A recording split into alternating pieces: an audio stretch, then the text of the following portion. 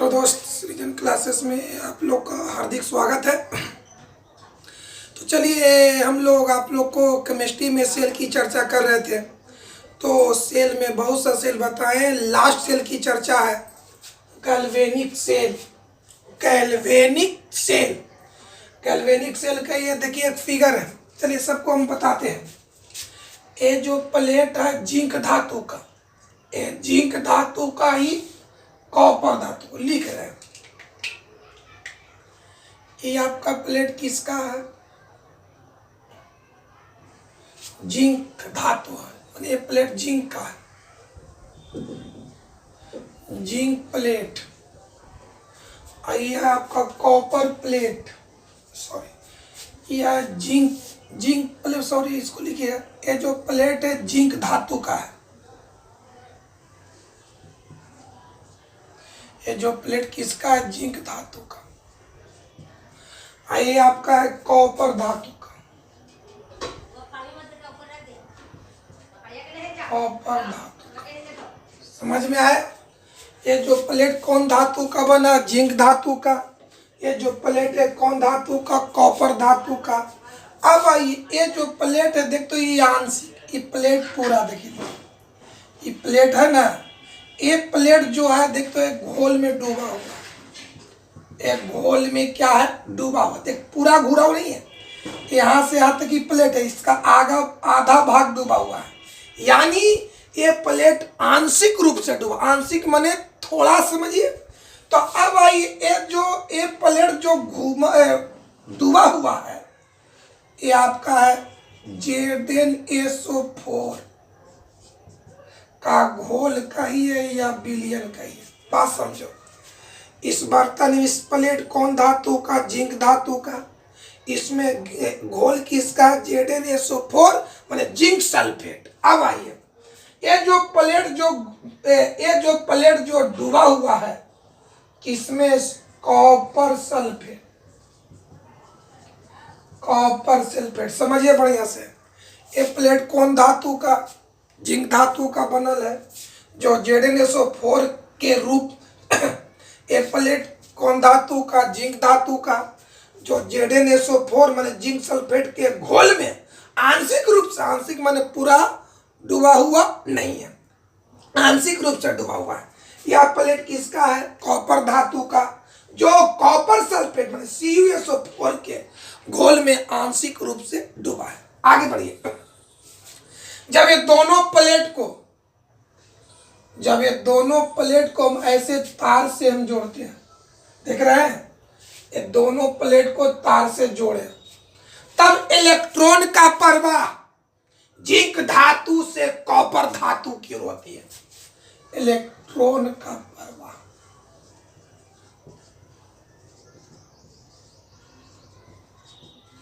शुरू से एक बार आइए।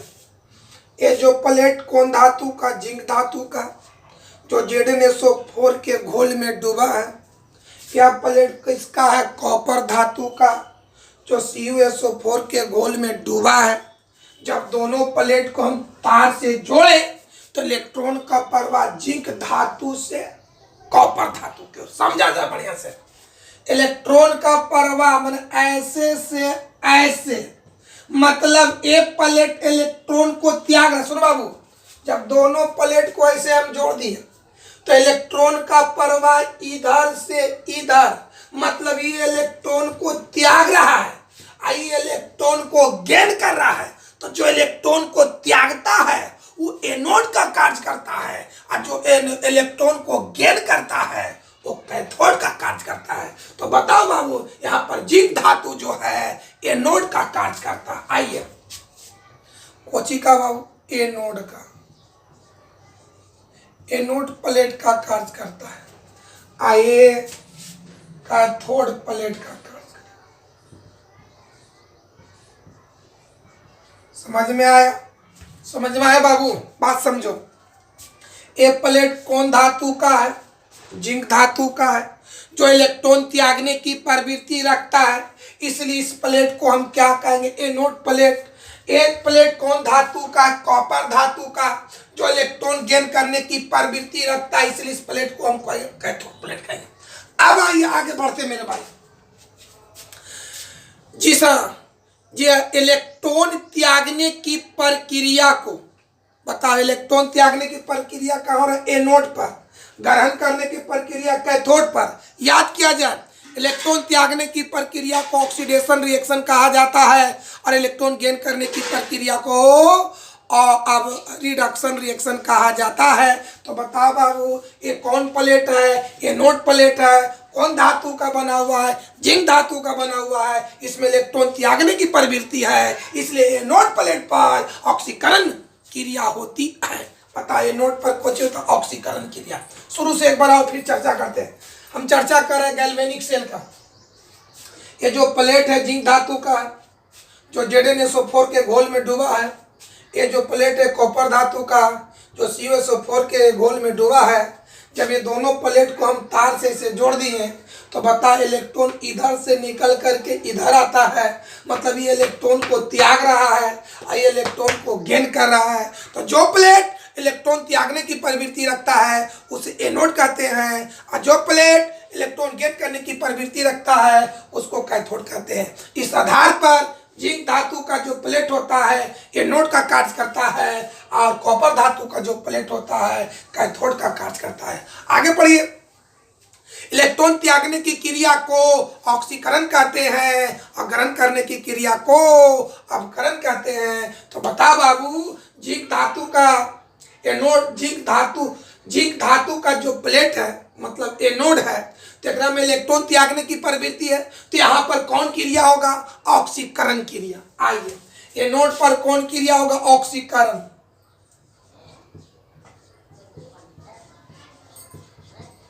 ऑक्सीकरण। अब बताओ बाबू, कैथोड इलेक्ट्रॉन को ग्रहण करता है, इस पर कौन क्रिया होगा? अपकरण। बढ़िया से बताओ। एनोड पर या कोई पूछेगा कि गैल्वेनिक सेल में एनोड प्लेट पर कौन क्रिया होता है? तो ऑक्सीकरण। गैल्वेनिक सेल में कैथोड प्लेट पर कौन क्रिया होता है? तो अपकरण। गैल्वेनिक सेल में एनोड किस धातु का बना होता है? जिंक धातु का। गैल्वेनिक सेल में कैथोड किसका बना होता है? तो कॉपर धातु का। यहाँ तक कोई समझ में आया बाबू? कोई दिक्कत? अब बढ़ते हैं बाबू, एक परिभाषा सुनो कि जिस पदार्थ में इलेक्ट्रॉन त्यागने की प्रवृत्ति होती है उस पदार्थ को अवकारक पदार्थ कहते हैं। जिस पदार्थ में, थोड़ा सा देखिए फिगर को बढ़िया से,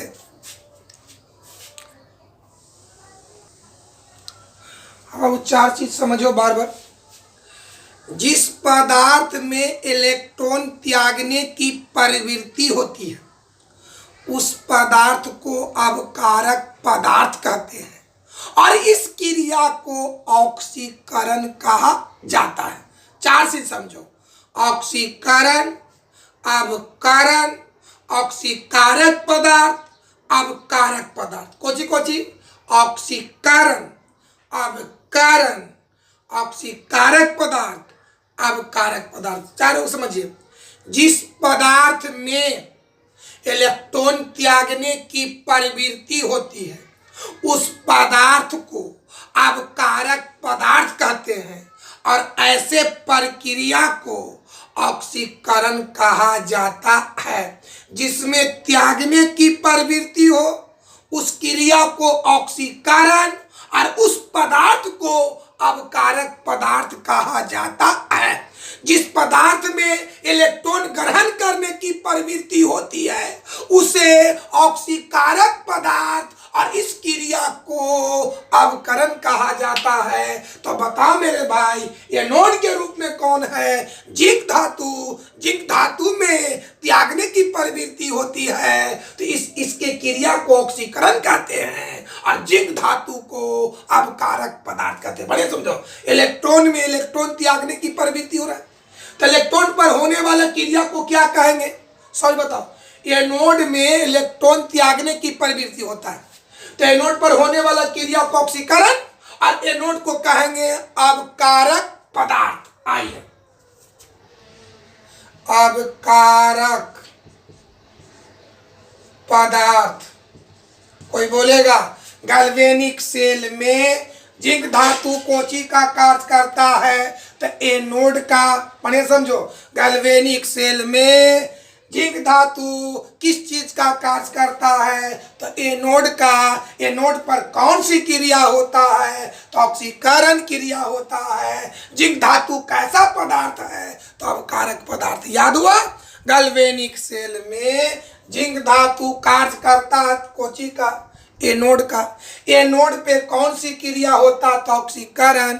गैल्वेनिक सेल में जिंक धातु किस तरह का पदार्थ है? तो अवकारक पदार्थ। इधर आइए मेरे भाई, कॉपर इलेक्ट्रॉन ग्रहण करने की प्रवृत्ति रखता है, तो ऐसे क्रिया को अवकरण कहते हैं। अभी बताएं, जिस पदार्थ में इलेक्ट्रॉन ग्रहण करने की प्रवृत्ति होती है उस पदार्थ को ऑक्सीकारक पदार्थ कहते हैं, और इस क्रिया को अवकरण कहा जाता है। तो बताइए कौन धातु है? कॉपर धातु है। तो कॉपर धातु में ग्रहण करने की प्रवृत्ति है, तो इसको हम कहेंगे ऑक्सीकारक पदार्थ, और इसमें होने वाले क्रिया को अवकरण कहेंगे।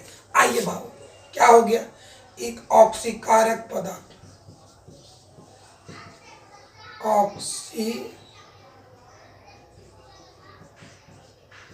कारक पदार्थ। समझ में आया? समझो एक बार और। कौन सेल पढ़ रहे हैं? Galvanic cell. तो गैल्वेनिक सेल में एनोड का कार्य कौन करता है? जिंक धातु। कैथोड का कार्य कौन करता है? कॉपर धातु। याद हुआ? गैल्वेनिक सेल में जिंक धातु एनोड का और कॉपर धातु कैथोड का कार्य करता है। गैल्वेनिक सेल में एनोड पर ऑक्सीकरण क्रिया और कैथोड पर अवकरण क्रिया होता है। गैल्वेनिक सेल में जिंक धातु अवकारक पदार्थ और कॉपर धातु ऑक्सीकारक पदार्थ कहलाता है। 3 बात याद किया जल्दी से। गैल्वेनिक सेल में जिंक धातु एनोड का, कॉपर धातु कैथोड का कार्य करता है।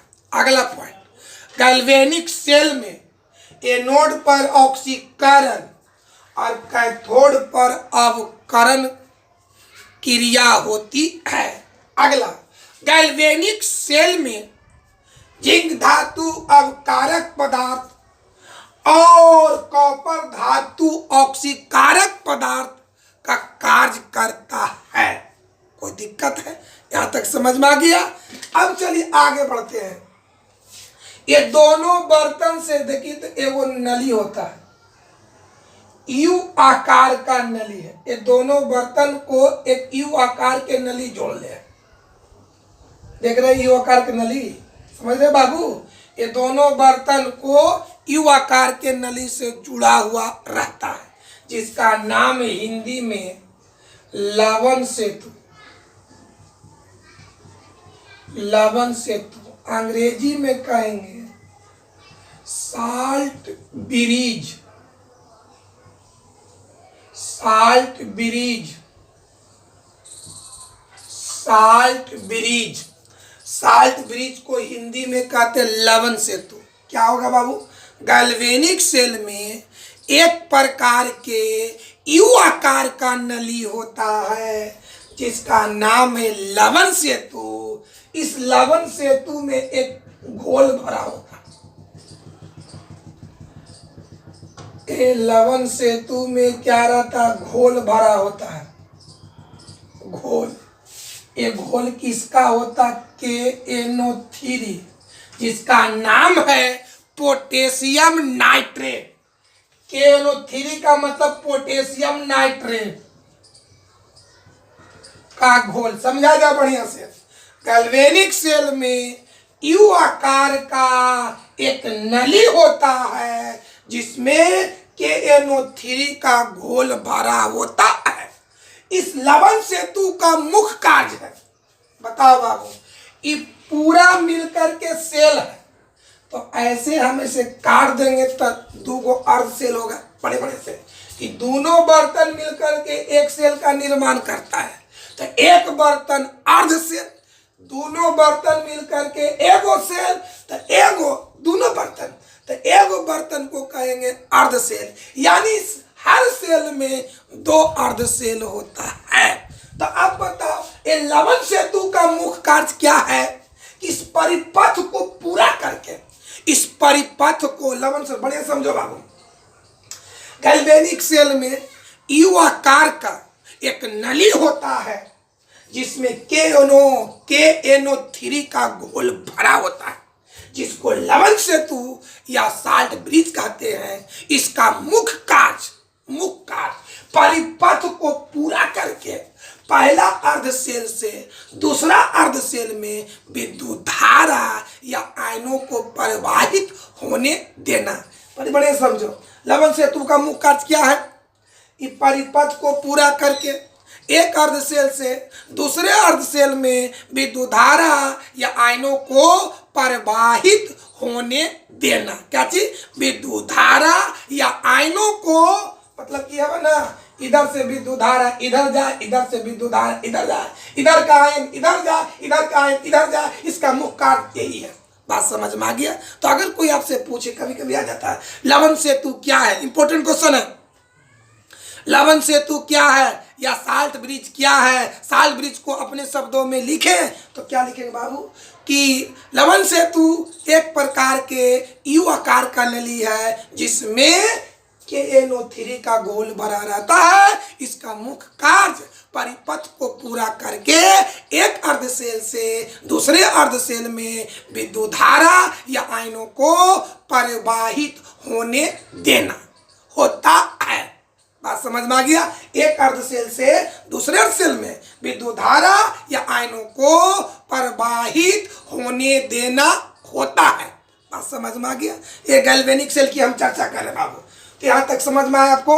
अब आइए एक बार फिर मोटर से बताइए, जो प्लेट कौन धातु का बना होता है? जिंक धातु का। एक कौन प्लेट कौन सी? कॉपर धातु का। ये प्लेट किसमें डूबा होता है? ZnSO4 के घोल में। ये प्लेट किसमें डूबा होता है? CuSO4 के घोल में। अब बताइए कार्य कौन सी करता है? एनोड का। ये कार्य करता है कैथोड का। ये प्लेट पर कौन क्रिया? ऑक्सीकरण क्रिया। ये प्लेट पर कौन क्रिया? अपकरण क्रिया। ये जिंक धातु कैसा पदार्थ होता है? अपकारक पदार्थ। कॉपर धातु कैसा पदार्थ होता है? ऑक्सीकारक पदार्थ। याद हो गया बाबू? अब बताओ, ये दोनों अर्ध सेल को जोड़ता है जिसका नाम है लवण सेतु। इस लवण सेतु में कांची भरा रहता है? KNO3 का घोल। बात समझ में आ गया? इसका मुख्य कार्य परिपथ को पूरा करके एक अर्ध सेल से दूसरे अर्ध सेल में विद्युत धारा को या आयनों को प्रवाहित होने देना होता है। कोई दिक्कत है? अब आइए इतनी बात बताएं कि इसका गैल्वेनिक सेल, अब इसकी डिफिनेशन लिखते हैं बाबू। ये कौन पदार्थ है? अवकारक पदार्थ। और ये कौन है? ऑक्सीकारक पदार्थ। देखिए गैल्वेनिक सेल की परिभाषा अगर एग्जाम में आ जाए कि गैल्वेनिक सेल क्या है, गैल्वेनिक सेल की परिभाषा दे, गैल्वेनिक सेल की व्याख्या करें, गैल्वेनिक सेल को अपने शब्दों में वर्णन करें, तो क्या लिखेंगे? कि अवकारक और ऑक्सीकारक, अवकारक और ऑक्सीकारक पदार्थ को, अवकारक और ऑक्सीकारक पदार्थ को इस प्रकार व्यवस्थित किया जाए कि ताकि इलेक्ट्रॉन का प्रवाह एनोड से कैथोड की ओर होती है। तो ऐसे व्यवस्था को गैल्वेनिक सेल कहते हैं। आइए गैल्वेनिक सेल की परिभाषा क्या थी? अवकारक और ऑक्सीकारक पदार्थ को इस प्रकार व्यवस्थित किया जाए ताकि इलेक्ट्रॉन का प्रवाह एनोड से कैथोड की ओर होती है। तो ऐसी व्यवस्था को गैल्वेनिक सेल कहते हैं। गैल्वेनिक सेल में जिंक धातु एनोड का और कॉपर धातु कैथोड का कार्य करता है। इस सेल में एनोड पर ऑक्सीकरण और कैथोड पर अपकरण क्रिया होती है। एक बार सुना जाए, अगर एग्जाम में आ जाए गैल्वेनिक सेल क्या है, गैल्वेनिक सेल की व्याख्या करें, गैल्वेनिक सेल को परिभाषित करें, गैल्वेनिक सेल को अपने शब्दों में वर्णन करें, तो क्या आंसर लिखना है? कि अवकारक और ऑक्सीकारक। अवकारक और ऑक्सीकारक पदार्थ को इस प्रकार व्यवस्थित किया जाए कि ताकि इलेक्ट्रॉन का प्रवाह एनोड से कैथोड की ओर होती है, तो ऐसी व्यवस्था को गैल्वेनिक सेल कहते हैं, जिसमें जिंक धातु एनोड का और कॉपर धातु कैथोड का कार्य करता है। इस सेल के अंदर एनोड पर ऑक्सीकरण और कैथोड पर अवकरण क्रिया होती है। पहला क्वेश्चन अगर एग्जाम में आ जाए, लवण सेतु क्या है, एकदम वीवीआई क्वेश्चन है, लवण सेतु क्या है, इसके मुख्य कार्य को लिख।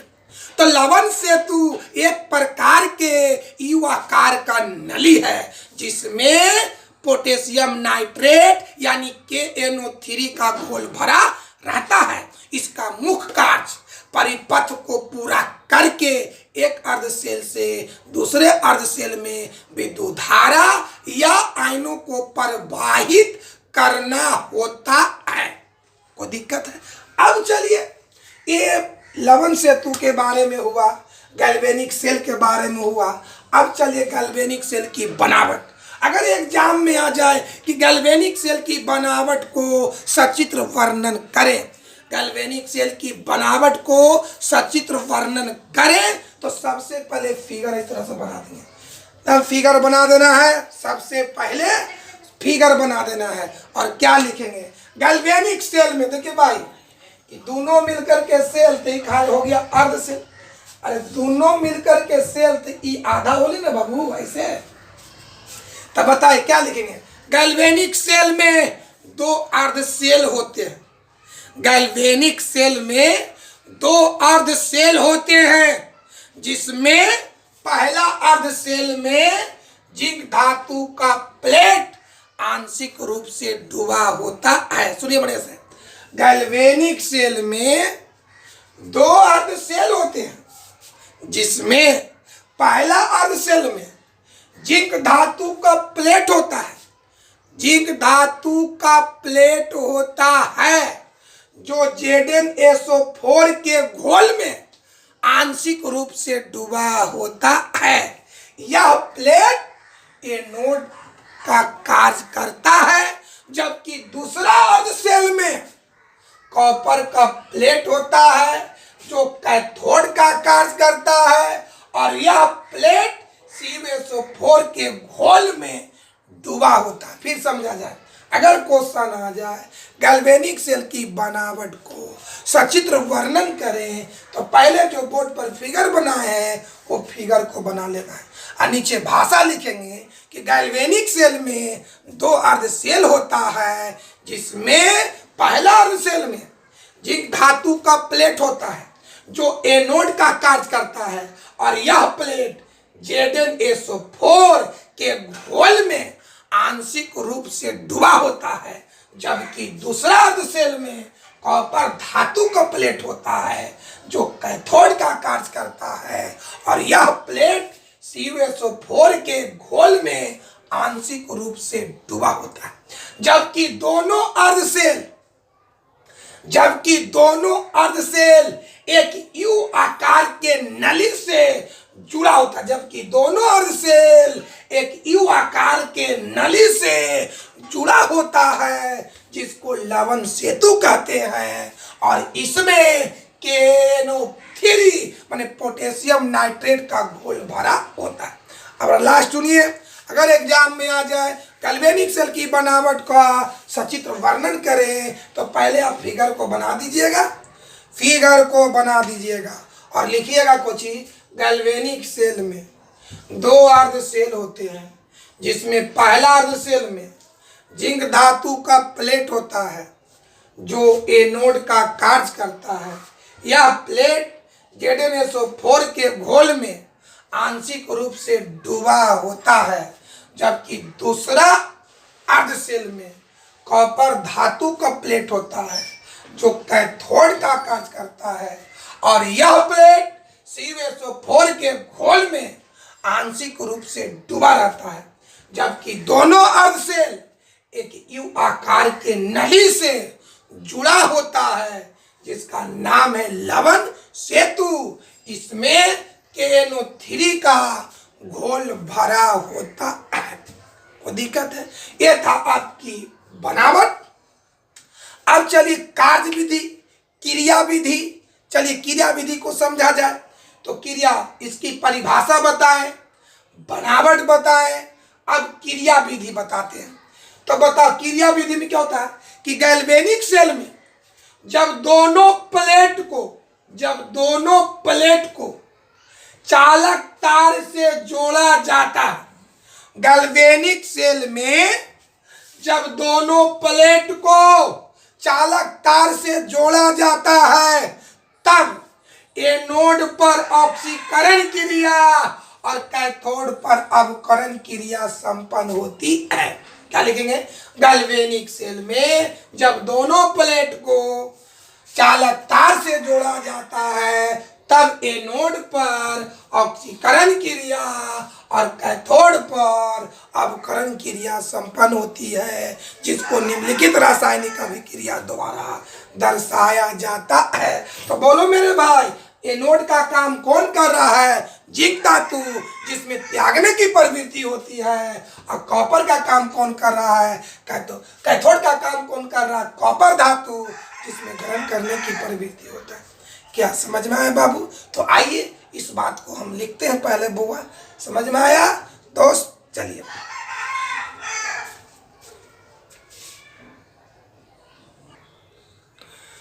हाँ बाबू, तो देखिए गैल्वेनिक सेल के बारे में बता रहे थे। जो बताए हैं, जो याद करवाए, वही बोर्ड पर लिखे। परिभाषा, किसकी परिभाषा?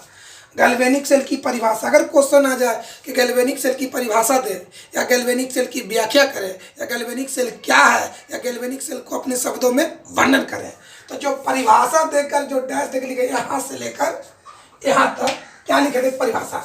कि अवकारक और ऑक्सीकारक पदार्थ को इस प्रकार व्यवस्थित किया जाए कि ताकि इलेक्ट्रॉन का प्रवाह एनोड से कैथोड की ओर होती है, तो ऐसी व्यवस्था को गैल्वेनिक सेल कहते हैं, जिसमें जिंक धातु एनोड का और कॉपर धातु कैथोड का कार्य करता है। इस सेल में एनोड पर ऑक्सीकरण और कैथोड पर अवकरण क्रिया संपन्न होती है।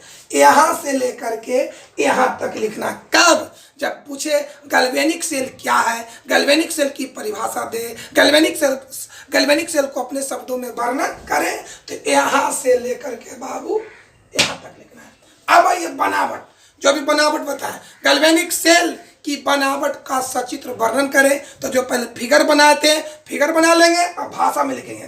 गैल्वेनिक सेल में दो अर्ध सेल होते हैं, देख लीजिए। गैल्वेनिक सेल में दो अर्ध सेल होते हैं, जिसमें पहला सेल में जिंक धातु का प्लेट होता है, जो एनोड का कार्य करता है, और यह प्लेट Zn2O4 के गोल में आंशिक रूप से डूबा होता है। तथा दूसरा अर्ध सेल में कॉपर का प्लेट होता है, जो कैथोड का कार्य करता है, और यह प्लेट CuSO4 के घोल में आंशिक रूप से डूबा होता है, जो ऊपर हम मिटाकर लिख रहे हैं बाबू। हाँ बाबू, तो पूरा किया जाए। यहाँ पर क्या लिखे थे कि दूसरे बाबू यह प्लेट CuSO4 के घोल में आंशिक रूप से डूबा रहता है, जबकि दोनों अर्ध सेल एक यू आकार के नली से जुड़ा रहता है, जिसमें पोटेशियम नाइट्रेट का घोल भरा होता है। जो हम आपको समझाए उसी को लिखे। अब आइए कार्य विधि।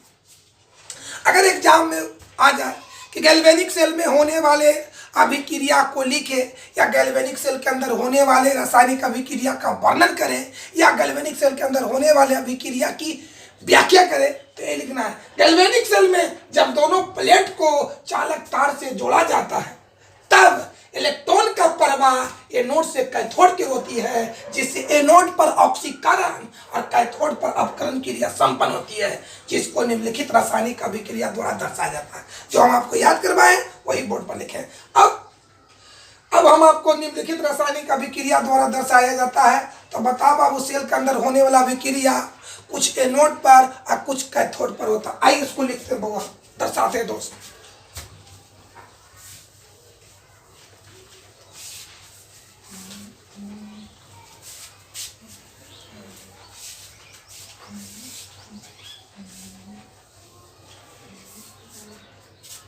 देखो, पहले एनोड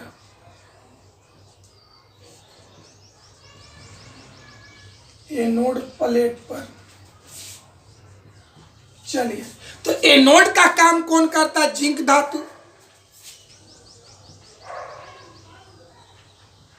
जिंक धातु, याद करो, जिंक धातु, धातु ठोस होता है और ठोस का अंग्रेजी होता है सॉलिड, सॉलिड को एस से, इसलिए इसको ऐसे लिख दिया।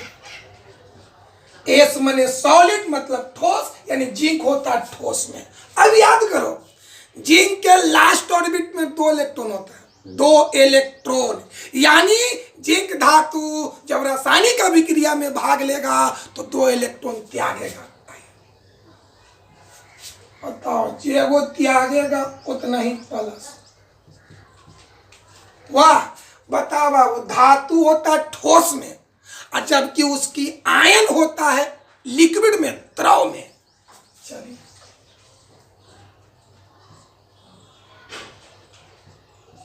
चलो बाबू, हम आपको पहले भी समझाते हैं कि जब जिंक धातु आयन के रूप में कन्वर्ट होता है तो उस पर +2 लिखा जाता है।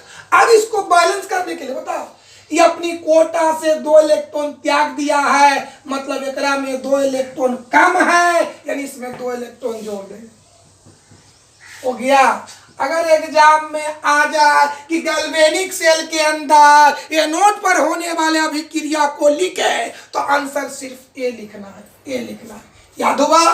फिर एस का मतलब सॉलिड माने ठोस, यहाँ पर जिंक ठोस अवस्था में। एक का मतलब इक्वस, इक्वस का हिंदी होता है जलीय, मतलब यहाँ पर जिंक आयन जल के रूप में है, माने ठोस द्रव अवस्था में। तो अगर आ जाए कि गैल्वेनिक सेल के अंदर एनोड पर होने वाला अभिक्रिया को लिखे तो सिर्फ इसको लिखना है, इसको। आगे बढ़ते हैं, कैथोड।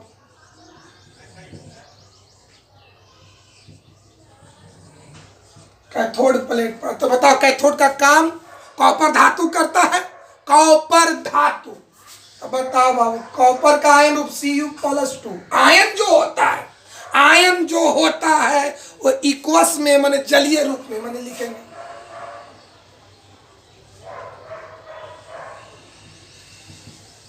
चलो बताओ कि कॉपर आयन इलेक्ट्रॉन को क्या करता है? गेन करता है। तो बताओ बाबू, जिंक धातु के गो लॉस किया? 2 गो। जिंक धातु के गो लॉस किया? 2 इलेक्ट्रॉन। तो जितना लॉस करेगा उतना ही गेन करेगा। आइए यहाँ पर 2 इलेक्ट्रॉन, चलो हम बताएं कि जो इलेक्ट्रॉन जोड़ेंगे उतना अवेश हट जाएगा। तो 2 इलेक्ट्रॉन जोड़े तो 2 अवेश हट जाएगा, यानी क्या होगा? आइए इस समीकरण नंबर फर्स्ट। आइए एग्जाम में अगर कोई पूछे गैल्वेनिक सेल के अंदर एनोड प्लेट पर होने वाला अभिक्रिया को लिखे तो सिर्फ इसको लिखना है। गैल्वेनिक सेल के अंदर कैथोड प्लेट पर होने वाला अभिक्रिया को लिखे तो सिर्फ इसको लिखना है। कोई दिक्कत है बाबू? यहाँ पर कॉपर धातु ठोस अवस्था में, तो ऐसे लिख दीजिए। समझ में आया बाबा? कोई प्रॉब्लम? अब चलिए दोनों रिएक्शन को जोड़िए, ऐड कीजिए।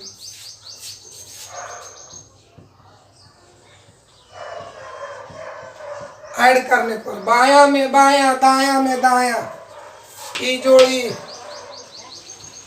Zn plus Cu+2 equals +2 electron, arrow का चिन्ह दीजिए, ई जोड़ी Zn+2 ब्रैकेट में इक्वस माने जलीय प्लस की जो कॉपर कौन स्टेट में? सॉलिड में, प्लस कि 2 से 2 कट गया, क्या बचा? Zn सॉलिड में है, कॉपर आयन इक्वस में माने जलीय रूप में है, Zn+2 Aq माने इक्वस माने जलीय, कॉपर एस माने सॉलिड, ये आपका हुआ। चलिए अगर आ जाए, बढ़िया से बताओ हमरा पहले, अगर क्वेश्चन आ जाए गैल्वेनिक सेल के अंदर एनोड प्लेट पर होने वाले अभिक्रिया को लिखे तो सिर्फ इसको आपको लिखना है। अगर पूछ दे कि गैल्वेनिक सेल के अंदर कैथोड पर होने वाले अभिक्रिया को लिखे तो सिर्फ दूसरा लिखना है। अगर आ जाए गैल्वेनिक सेल के अंदर होने वाले रासायनिक अभिक्रिया को लिखे तो यहां से लिखना, यहां तक लिखना, कोई दिक्कत। अब चलिए इसको ऑक्सीडेशन रिडक्शन दर्शाइए। बताओ जिंक धातु के साथ कोई नहीं है, इसका ऑक्सीडेशन नंबर 0। अब बताओ आवेशिक पदार्थ का ऑक्सीडेशन नंबर उस पर चार्ज के बराबर होता है। यहाँ चार्ज कितना, +2, यानी कॉपर आयन का ऑक्सीडेशन नंबर +2, यहाँ पर भी +2। ई कॉपर अकेले तो 0। आइए बोलो छो, यहाँ जिंक धातु का ऑक्सीडेशन नंबर 0, यहाँ +2, तो 0 से +2 हुआ यानी बढ़ा तो ऑक्सीडेशन नंबर में वृद्धि होना, ऑक्सीडेशन रिएक्शन OR। अब आई चलिए, यहाँ +2 है, यहाँ 0 है, तो +2 से 0 हुआ, घटा की बढ़ा, घट गया तो रिडक्शन रिएक्शन। अब बताइए जहां पर ऑक्सीडेशन और रिडक्शन दोनों क्रिया होती है उसे रेडॉक्स अभिक्रिया कहा जाता है। यानी ये जो घेरा हुआ है गैल्वेनिक सेल का रेडॉक्स अभिक्रिया। चलिए यहाँ पर 4 क्वेश्चन है। गैल्वेनिक सेल के अंदर एनोड प्लेट पर होने वाला अभिक्रिया को लिखे तो सिर्फ ए लिखना है। ई लिख दिया, आपका आंसर हो गया। गैल्वेनिक सेल के अंदर गैल्वेनिक सेल के अंदर कैथोड प्लेट पर होने वाला अभिक्रिया को लिखे तो सिर्फ दूसरा रिएक्शन लिख देना है इसको।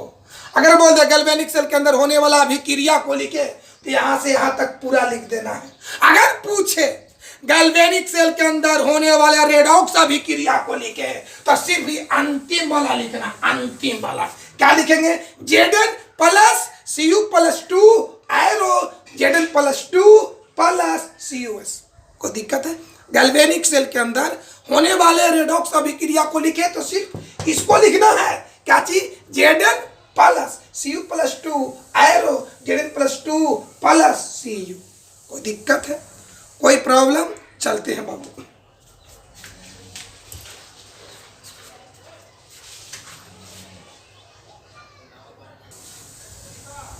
हाँ बाबू, तो देखिए क्वेश्चन, गैल्वेनिक सेल के अंदर होने वाले रेडॉक्स अभिक्रिया को लिखे जो अभी बताए हैं।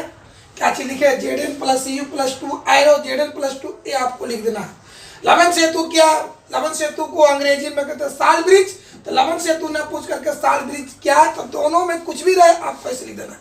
लवन सेतु एक प्रकार के यू आकार का नली है जिसमें पोटेशियम नाइट्रेट का घोल भरा रहता है। इसका मुख्य कार्य परिपथ को पूरा करके एक अर्ध सेल से दूसरे सेल में विद्युत धारा या आयनों को प्रवाहित करना होता है। ये था गैल्वेनिक सेल के बारे में चर्चा था। अब आइए हम लोग बाबू, ये था गैल्वेनिक सेल के बारे में चर्चा था, समझ में आया। और इसके साथ ये गैल्वेनिक सेल आपका क्या हो जाता है? समाप्त हो जाता है। बुआ बढ़िया से इसको पढ़िएगा।